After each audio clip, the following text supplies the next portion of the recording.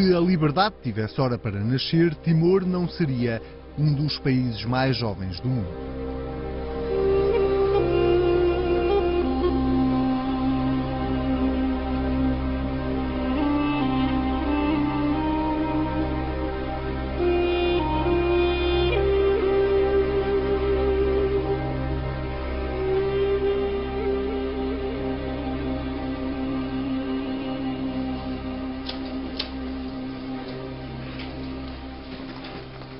Quando Timor se tornou um país independente, já Sofia tinha sido ultrapassada por 100 anos de vida.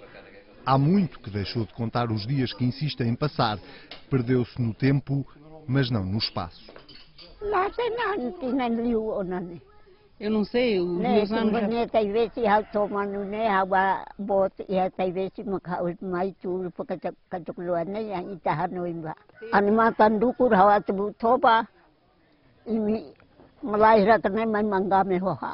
Eu gosto cheio de sono e vocês querem falar comigo. Bem contados, são pelo menos 120 anos que lhe moldaram a pele e a personalidade. Sofia Alda da Silva guarda no nome um país que sempre conheceu à distância. Atravessou a história a trabalhar e foi na fazenda Algarve que encontrou um poiso certo. Foi aqui, no distrito de Liquiçá, que Manuel Viegas Carrascalão, preso político deportado para Timor nos finais dos anos 20, refez a vida. Deu à fazenda que comprou o nome da terra onde nasceu e a Sofia a responsabilidade de lhe amparar à nascença cada um dos 12 filhos que teve. Memórias que ainda hoje lhe colocam um sorriso nos lábios, ao contrário de outras que preferia apagar.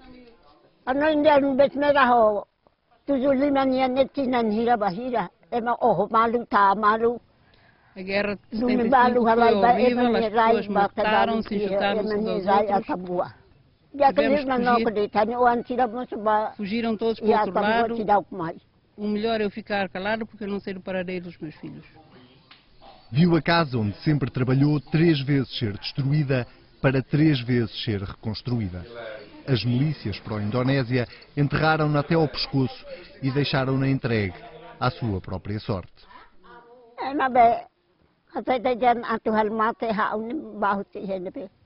Aqueles que me quiseram matar já nem sei onde estão.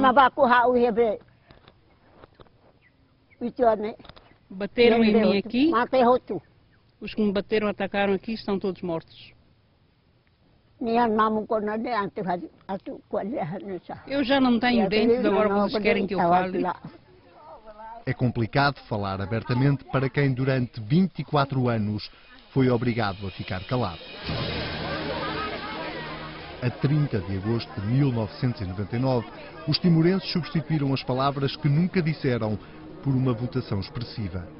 Quiseram ser independentes e, com isso, ditaram o fim da ocupação indonésia. Fizemos as pazes com todo aquele mundo que esteve do lado errado da história da trincheira. Em primeiro lugar, a Indonésia. Segundo, os Estados Unidos, que providenciava ao Estado indonésio, ao regime da altura, o equipamento bélico, e a Austrália, que também foi o país que mais apoiou a Indonésia durante os anos de ocupação. A independência restaurada em 2002 revelou afinal uma enorme dependência da comunidade internacional.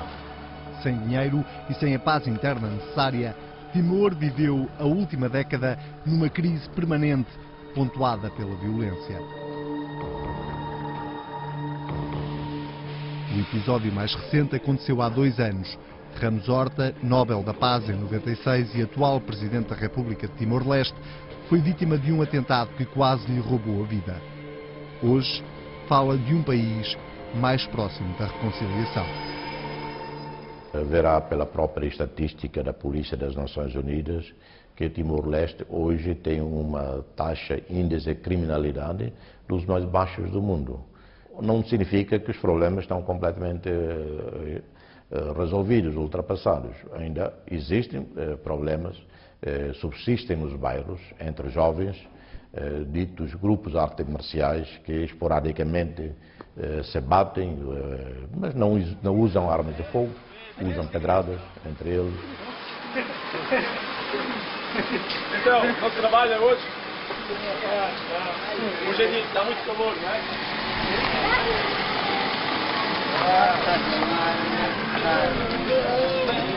Não põe aí o Tony Carreira aí a falar. Sonhador, sonhador, mas ao menos a sonhar. A música, a língua e o verde dos carros faz com que a GNR seja hoje uma das presenças mais marcantes de Portugal em Timor.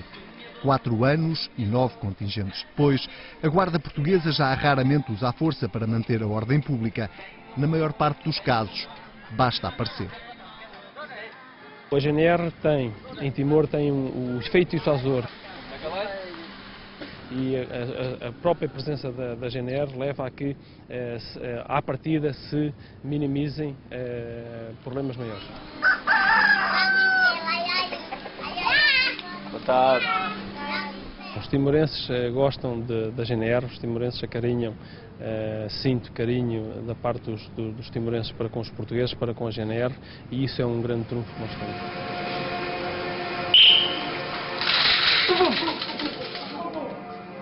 Não se esqueçam de escolher a arma, olhar para a esquerda e para a direita, e esquerda. Não há mais adversários. Arma no coldre, recupera. Depois do atentado a Ramos Horta, a GNR passou a fazer segurança pessoal ao presidente. Hoje, preparam a polícia timorense para essa tarefa a pensar na saída que está prevista para 2012. É pelo menos essa a data limite da missão das Nações Unidas. Creio que em 2012 as Nações Unidas podem finalmente fazer as malas, sair do país com um grande agradecimento de Timor-Leste. Nós, timorenses, temos que crescer politicamente, assumir as nossas responsabilidades, sermos dignos do sacrifício deste povo, sermos dignos da confiança dos investimentos da comunidade internacional. Não o fazendo, não serei eu a voltar às Nações Unidas e a classe política timorense será toda ela condenada pela comunidade internacional e pelo povo.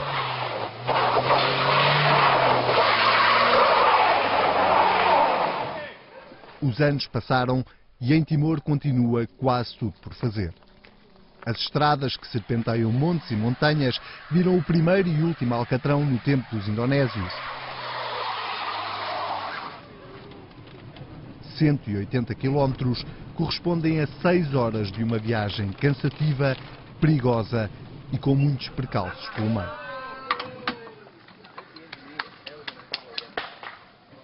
Xanana conhece estas montanhas como poucos e durante um mês resolveu voltar a percorrer os caminhos da resistência.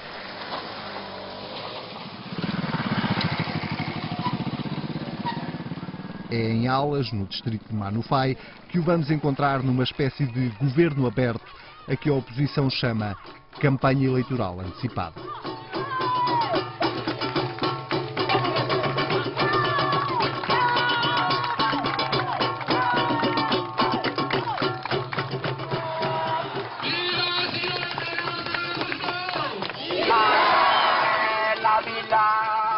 O ídolo de um povo transforma-se aos poucos numa espécie de Deus vivo, capaz de mobilizar tudo e todos. Mas Xanana tem mais para oferecer. Traz no discurso a promessa da reconstrução, a promessa de um país novo. Nestes 10 anos, cometemos um erro fatal que não deveríamos cometer mais no futuro. Foi a crise. A crise em 2007, que dividiu os timorenses, que destruiu muitos lares, mas que depois, como consequência, exigiu do Estado colocar muito dinheiro para reparar. Venho com uma mensagem: nunca mais nos estraguemos a nós mesmos, nos destruamos. Benfiquista assumido, Xanana enverga hoje o equipamento do Chelsea, clube inglês que durante 4 anos foi treinado por José Mourinho.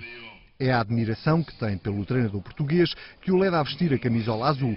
E agora que Mourinho foi para o Real Madrid, Xanana diz que está na hora de comprar o equipamento do Inter de Milão.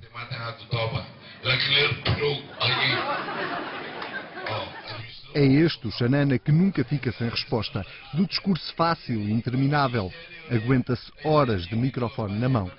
Pesadas as diferenças políticas, é em tudo igual na forma a outros líderes históricos como Fidel Castro ou Hugo Chávez. Sempre em Tétum, fala das estradas que quer construir, das escolas que quer recuperar, das centrais elétricas que promete espalhar pelo país. Afinal, agora Timor tem dinheiro para gastar. Hoje, como estamos em umas condições bastante boas, em termos políticos, em termos financeiros, agora, o que se coloca agora é que devemos dar toda a atenção, prestar todo o apoio ao nosso povo. Timor tem sido um poço sem fundo. A maioria da população continua a viver em condições de pobreza extrema, apesar dos milhares de milhões de dólares que deveriam ter servido para a reconstrução do país. Dinheiro que se perdeu entre conflitos, corrupção e falsas ajudas da comunidade internacional. O apoio que temos tido é suficiente, só que devia ser melhor investido. Quem é que está a gerir mal? Bom, é mesmo a política dos doadores, quando 70% da ajuda vai para os seus próprios técnicos, vai para relatórios infindáveis. Ou seja, o dinheiro não está a chegar a quem precisa. Exato, não está a chegar a quem precisa. Se o próprio orçamento do Estado não está a chegar onde devia chegar, muito menos os apoios que vêm de fora. Então onde é que fica esse dinheiro? Naturalmente que isso, há dinheiro que desaparece e o próprio governo diz que está a investigar para saber para onde é que foram 2 milhões de dólares que vieram da Coreia e em outros estados que vieram de outros sítios. Não sabe para onde é que foram, quer dizer, para onde é que o dinheiro vai e, portanto, eu que estou fora do governo, muito menos posso saber, não? Mário Alcatiri é o principal rosto da oposição. O líder da Fretilin e o primeiro chefe de governo de Timor responsabiliza Xanana Gusmão pelo atraso do país. Acusa-o de ser responsável moral pela violência em 2006 e fala de um governo onde a corrupção é lei. Eu vejo corrupção tendo como em consideração os sinais exteriores de riqueza. Pessoas que não tinham nada antes desse governo tomar o posse, antes de serem membros do governo, e agora são pessoas que fazem a vida de uma abastança que o salário só não justifica. Portanto, em qualquer parte do mundo, quando há sinais de exteriores de riqueza como esse, isso compete ao governo, em primeiro lugar, mandar investigar. Essa é uma das tarefas atribuídas a Mário Carrascalão. O vice-primeiro-ministro decidiu começar pela Presidência da República e pelo próprio governo. No espaço de um ano foram abertos 10 processos e nenhum chegou ainda a julgamento. Como 20% do orçamento nacional desaparece, quer dizer, portanto, em atos de corrupção. E não sei, quer dizer, não conhecemos ainda bem cientificamente qual é a natureza, qual a quantidade e qual o nível de prejuízo que já atingiu, quer dizer, de prejuízo, quer dizer, os nossos processos de desenvolvimento. Mas sabemos, sem dúvida nenhuma, que ela existe e que ela precisa ser combatida. A fragilidade das instituições, os discursos políticos inflamados e o desenvolvimento que tarda em chegar criam uma ameaça constante sobre o país. O governo é formado por 5 partidos que trocam acusações entre si e todos os dias ameaçam com eleições antecipadas. Andam todos aí, realmente, a manter-se, por se manter só, mas como governo, como um coletivo, como uma instituição, já não funciona. Há uma crise institucional no Há uma paz governo. podre. Completamente podre, sim. Cair, sou eu que posso fazer cair, se me demito. Se eu conseguir levar esse governo até o fim do mandato, já o povo pode estar à vontade de gritar a qualquer coligação que vier, com 2, com 3, se com 5, se conseguiu aguentar 5 anos, por interesses deste povo, por favor, entendam-se. Homem de fé, Dom Basílio do Nascimento já acredita pouco nos políticos timorenses. O bispo de Baucau sente todos os dias a insatisfação crescente de um povo farto de esperar e receia que, mais dia menos dia, o rastilho se acenda. Há um drama para mim, há um drama cujos, ou uma bomba, se quisermos, uma bomba ao retardador, oxalá não rebenta nunca, mas como possibilidade é de admitir. Temos neste momento, só em Dili temos 19 universidades. Vamos a supor que cada universidade forma 20 pessoas. São 300 e tal diplomados que saem cada ano. Para onde é que vai esta gente toda? Se não se resolver o problema do emprego, naturalmente que mais cedo ou mais tarde isso rebenta, implode.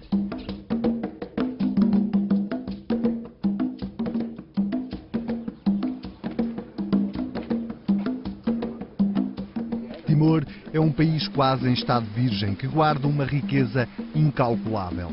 Do turismo à indústria, das pescas à agricultura, entre minérios, madeiras preciosas, gás e petróleo, está quase tudo por explorar. Os interessados fazem fila. Entre amigos e ex-inimigos estão os suspeitos do costume. Os Estados Unidos, a Indonésia e a Austrália foram os primeiros a chegar e já se instalaram. A colonização dos tempos modernos já não se faz pela força das armas, mas pelo poder do dinheiro.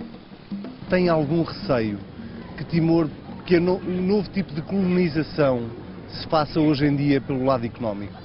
Já existe. Já existe e estamos a tentar sair disso. Há grandes interesses a quererem que nós, Timor-Leste, investamos o fundo petróleo nos seus bancos. Por exemplo, nessas últimas semanas temos tido contactos intensos por parte da Gazprom Bank da Rússia, a Société Générale da França, BNP, Banco Nacional de Paris, todos eles me contactaram diretamente. Ao que nos oferecer melhores condições, é bem-vindo. Agora o problema é business. Faz bem, com menos dinheiro, és bem-vindo. Agora o problema é business thinking, não é a amizade já acabou. O coração não fala nos O coração não pode falar. A carapuça serve na perfeição a Portugal. O país que durante anos levantou ao mundo a bandeira de Timor deixou-se ficar literalmente para trás. O investimento português por aqui resume-se a 3 grandes empresas. A Caixa Geral de Depósitos, através do BNU, a Portugal Telecom, com a Timor Telecom, e a construtora Ensul, a única grande empresa portuguesa totalmente privada. A Delta já abandonou o país e há muito tempo que não chega ninguém de novo. Acho que os investidores portugueses ainda não se sentiram suficientemente encorajados para vir a Timor. Não tem sido fácil realmente uma empresa chegar aqui e conseguir afirmar-se, porque sabe que as propostas, os de custos das empresas asiáticas são sempre muito mais baixas. A nossa burocracia é das mais precárias e ineficientes do mundo. Temos um condão extraordinário para inventar leis e regulamentos. Talvez a burocracia, mas a dos portugueses neste caso, ajude a explicar este terreno vazio. Foi oferecido ao governo português para aqui ser construída a nova Embaixada de Portugal. Já lá vão 10 anos e Portugal parece ter-se esquecido que tem este terreno na avenida principal de Dili, ao lado do Palácio do Governo, mesmo em frente ao mar. Não foram exemplos destes que levaram a Ensul a investir em Timor há 10 anos. A construtora portuguesa encontrou recentemente uma nova área de negócio. Em Dili e em Baucau abriu 2 supermercados com produtos exclusivamente portugueses. Existia a necessidade de termos algo mais do que unicamente o negócio, a nossa atividade principal, a construção. Dessa forma surgiu a hipótese de trazermos vinhos e a partir daí foi alargando para diversas gamas, até às últimas que recebemos, de cereais, os enchidos, o queijo, presuntos, charcutaria. A concorrência é feroz. Os supermercados, tipicamente timorenses, têm muito pouco de Timor. Vendem-se produtos vindos de todo o mundo. Os frangos, por exemplo, vêm do Brasil. A fruta e os legumes também atravessam o oceano para cá chegar e a custo lá encontramos alguns produtos nacionais. Isto vem de onde? Timor. E mais? O que é que tem aqui mais? Este Timor. Este Austrália. Austrália. Timor. Austrália. Austrália. Austrália. Timor. Tudo Singapura. Isto é tudo de Singapura? Sim. Portugal também está nas prateleiras dos supermercados timorenses. Exporta bebidas, alguns livros de português e pouco mais. Pode não parecer, mas o português é mesmo uma das línguas oficiais em Timor.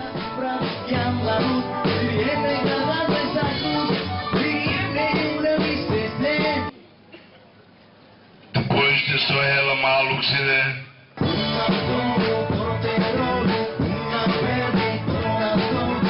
Ohi, ita libro ayane para dali datang.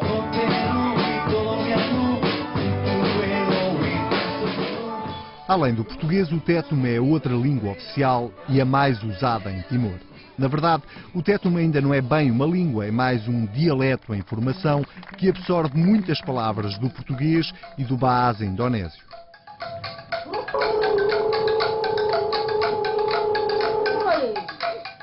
Em Timor, não há duas pessoas a falar tétuma da mesma maneira, mas também há muito poucas a falar português.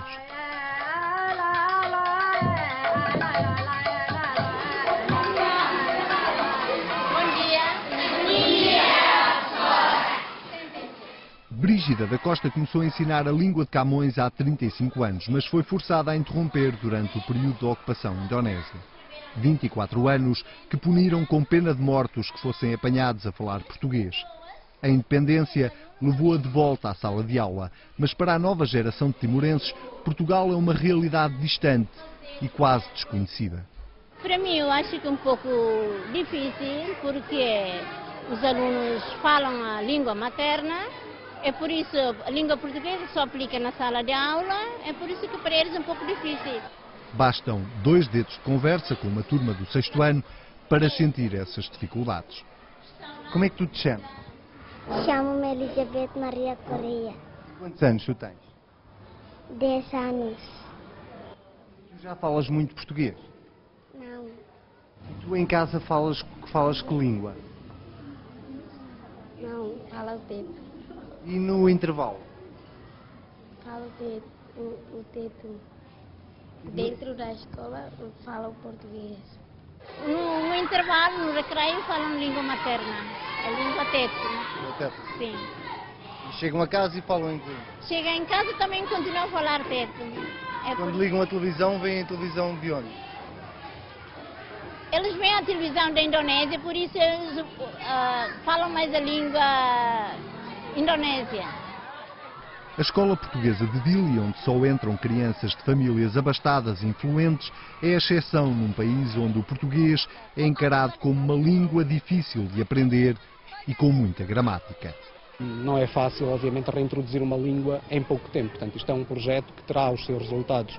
Eu acredito que os resultados mais visíveis na nova geração, ou seja, nas crianças que agora vão aprendendo em português, ou já vão aprendendo em português e que, quando chegarem à universidade, poderão, de algum modo, ser escolarizadas totalmente em língua portuguesa e aí sim, penso que será mais visíveis os resultados da ação que estamos, neste momento, a ter no terreno. Tenho que falar ali depois com aquela professora, a professora Ana, ela registra o nome e vamos ver se houver lugar, ainda podemos pensar em pô-lo aqui, está bem? Se não houver, tem que esperar para o próximo estudo, está bem? Filipe Silva é coordenador do projeto de consolidação da língua portuguesa em Timor. O nome pomposo pode enganar os mais desatentos, é que uma língua que praticamente não é falada dificilmente pode ser consolidada. Ainda não há um chamariz para que o português seja efetivamente, digamos, para além de estar como língua oficial na Constituição, seja efetivamente um fator, por exemplo, de arranjar emprego, de dar melhores condições de vida. E efetivamente o Estado timorense, na minha perspectiva, terá que gradualmente fazer da língua oficial também a língua dos serviços públicos, do funcionalismo público, para que ela efetivamente se torne oficial. Gostam da professora Ana ou não? É ingrata a missão dos 120 professores que vieram de Portugal. O objetivo agora é formar professores timorenses para que sejam eles a ensinar português aos alunos. E não faltam candidatos, num país que tem uma taxa de desemprego elevada. Já consegue desenhar algumas letras. Aos 16 anos de idade. Nunca tinha tocado numa caneta. Já consegue desenhar algumas letras. Muito bem, Zénia, pode sentar. Julião. Quem ensina usa toda a criatividade disponível, mas é fora dos muros das escolas que ela é mais necessária para não deixar morrer o português em Timor.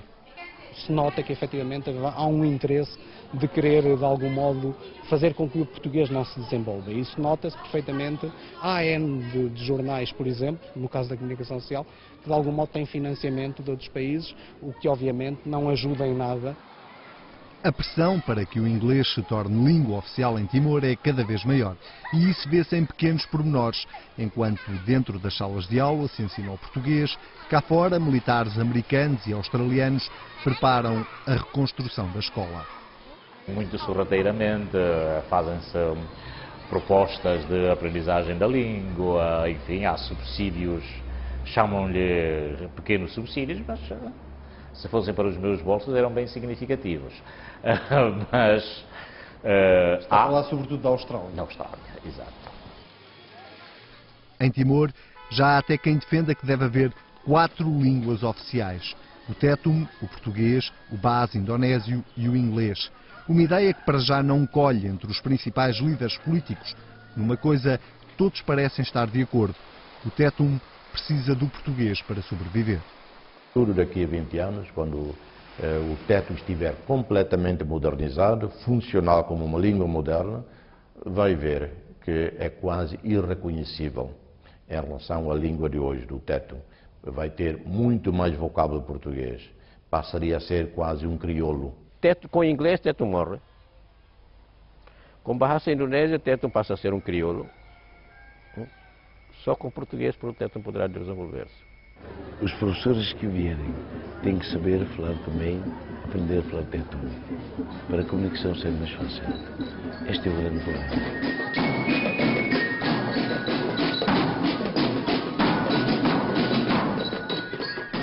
A escolha do português como língua oficial foi um ato de afirmação de Timor perante os vizinhos asiáticos, sobretudo os australianos e os indonésios. Mas a liberdade da escolha ainda não corresponde à independência pretendida. Se a língua faz parte da identidade de um povo, as dificuldades que o português encontra em Timor são a prova de que este país ainda não encontrou uma identidade própria. Na língua, como em quase tudo o resto, Timor é um país ainda por cumprir. E 8 anos é muito pouco tempo para um povo que foi obrigado pela história a valorizar a noção mais básica de independência.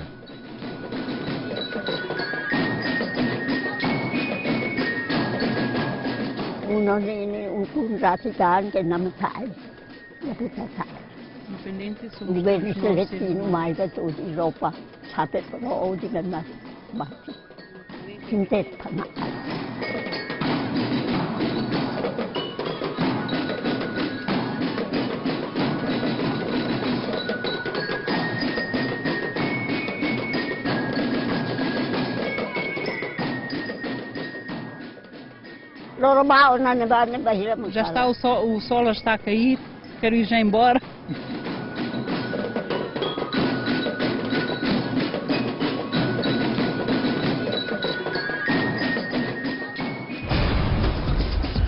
Contra